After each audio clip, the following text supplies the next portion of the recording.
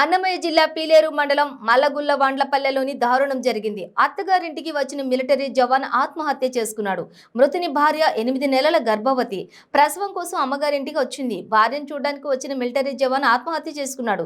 లక్కిరెడ్డిపల్లి మండలం మద్దిరాల పంచాయతీ సోములపల్లికి చెందిన వెంకటరామయ్య కుమారుడు దేవేంద్ర శ్రీనగర్లో మిలిటరీ జవాన్ గా పనిచేస్తూ ఉన్నాడు. ఆర్థిక ఇబ్బందులు తట్టుకోలేక అత్తగారింట్లో ఆత్మహత్య చేసుకున్నట్లు తెలియవచ్చింది.